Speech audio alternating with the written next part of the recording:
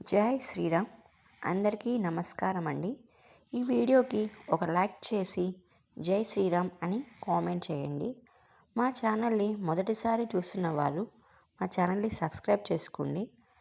అలాగే పక్కనే ఉన్న బెల్ ఐకాన్ని క్లిక్ చేయండి. అలా చేయటం వల్ల మా నోటిఫికేషన్స్ త్వరగా వస్తాయి. అందరికీ శ్రీరామనవమి శుభాకాంక్షలు. ఈ వీడియోని ఎక్కడా కూడా స్కిప్ చేయకుండా చివరి వరకు చూడండి. అప్పుడే మేము చెప్పేది మీకు పూర్తిగా అర్థమవుతుంది. వివాహం కుదరట్లేదు అని బాధపడేవారు శ్రీరామనవమి రోజున అంటే ఏప్రిల్ 6వ తేదీన ఈ సింపుల్ పరిహారాలు చేసి చూడండి. కోరుకున్న భాగస్వామిని పొందుతారు. ఆ పరిహారాలు ఏంటో ఇప్పుడు ఈ వీడియోలో మనం వివరంగా తెలుసుకుందాం. చైత్రమాసం శుక్లపక్షం నవమి తిథిని హిందూ మతంలో చాలా ప్రత్యేకమైనదిగా భావిస్తారు. ఎందుకంటే ఈ రోజున శ్రీరామనవమి రోజున శ్రీరాముడు జన్మదినోత్సవం జరుపుకుంటారు. అంతేకాదు ఈ రోజున సీతారాముల కళ్యాణం అంగరంగ వైభవంగా జరుపుకుంటారు. అంతేకాదు ఈ రోజున హిందూ మత విశ్వాసం ప్రకారం పెళ్లి కాని వారు శ్రీరామనవమిని రోజున కొన్ని నియమాలు పాటించటం వలన వాళ్ళకు పెళ్ళి త్వరగా అవుతుంది. ఎన్ని ఆటంకాలు ఉన్నా అవి తొలగిపోయి పెళ్ళి అనుకున్న విధంగా జరుగుతుంది.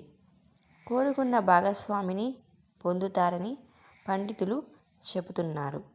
హిందూ క్యాలెండర్ ప్రకారం శ్రీరామనవమిని శ్రీరాముని జన్మోత్సవంగా భావిస్తారు.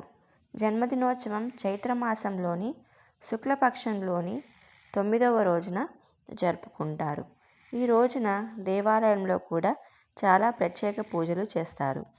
దేవాలయంలో రామచరితమానస్ను సుందరకాండను పారాయణం చేస్తారు. గుడిలో మాత్రమే కాదు ఇంట్లో కూడా మీరు ఈ పారాయణం చేయటం వల్ల ఆ శ్రీరాముని కటాక్షం మీకు ఎల్లవెల్లలా ఉంటుంది. పురాణాల ప్రకారం ఈ రోజున రాముడు అయోధ్య రాజు దశరథుడు కౌసల్యకి జన్మించాడు అని పురాణాలు చెబుతున్నాయి. ఈ రోజున శ్రీరాముని పూజించడం, రామచరితమానస్ను పఠించడం వల్ల జీవితంలోని వివిధ సమస్యల నుండి ఉపశమనం లభిస్తుంది అని అందరూ నమ్ముతారు. అంతేకాదు శ్రీరామనవమి రోజున కొన్ని ప్రత్యేక చర్యలు తీసుకోవడం ద్వారా వివాహానికి సంబంధించిన అడ్డంకులు కూడా తొలగిపోతాయి. ఇంతవరకు పెళ్ళి ఆటంకాలు వచ్చిన వాళ్ళు శ్రీరామనవమి రోజు ఈ పరిహారాలు చేసి చూడండి. మీకు పెళ్ళి అనేది తొందరగా సెట్ అవుతుంది. శ్రీరామనవమి 2025లో ఎప్పుడు వచ్చిందో మనం ఇప్పుడు తెలుసుకుందాం. హిందూ క్యాలెండర్ ప్రకారం చైత్రమాసం శుక్లపక్షం నవమి తిథి ఏప్రిల్ 5న సాయంత్రం 7:26 ప్రారంభమవుతుంది. ఆ తిథి మరుసటి రోజు ఏప్రిల్ 6న సాయంత్రం 7:22 ముగుస్తుంది. మన సంప్రదాయాన్ని బట్టి ఉదయం తిథి ప్రకారం శ్రీరామనవమి ఏప్రిల్ 6న జరుపుకుంటారు.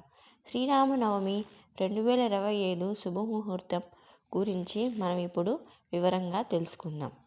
హిందూ పంచాంగం ప్రకారం శ్రీరామనవమి రోజున పూజకు శుభ సమయం ఏంటంటే ఉదయం 11:08 నుంచి మధ్యాహ్నం 1:39 వరకు ఉంటుంది. శ్రీరామనవమి అనేది మధ్యాహ్న సమయంలో జరుపుకుంటారు కాబట్టి ఈ సమయం శుభ సమయంగా పరిగణించాలి. ఈ రోజున భక్తులకు రామయ్య పూజ కోసం మొత్తం 2:31 సమయం లభిస్తుంది. శ్రీరామనవమికి చేయవలసిన పరిహారాలేంటో ఇప్పుడు మనం వివరంగా తెలుసుకుందాం. ఎవరికైనా వివాహంలో పదే పదే అడ్డంకులు సీతారాములకు పసుపు, గంధం, కుంకుమను సమర్పించండి. ఇలా చేయటం వల్ల వివాహంలో ఉన్న అడ్డంకులు తొలగిపోతాయని పండితులు చెబుతున్నారు. అంతేకాదు కోరుకున్న జీవిత భాగస్వామిని కూడా పొందవచ్చు. ఇంట్లో ఆనందం, శ్రేయస్సు సంపద కోసం రామనవమి రోజున రామదర్భాను పూజించండి. ఇంటి ప్రధాన ద్వారం వద్ద 11 దీపాలు వెలిగించండి. ఆ దీపాల వెలుగులో ఆ శ్రీరాముడు మన ఇంట ప్రవేశిస్తాడు. వ్యాధుల నుంచి బయటపడటానికి రామనవమి రోజున హనుమంతుడిని పూజించండి.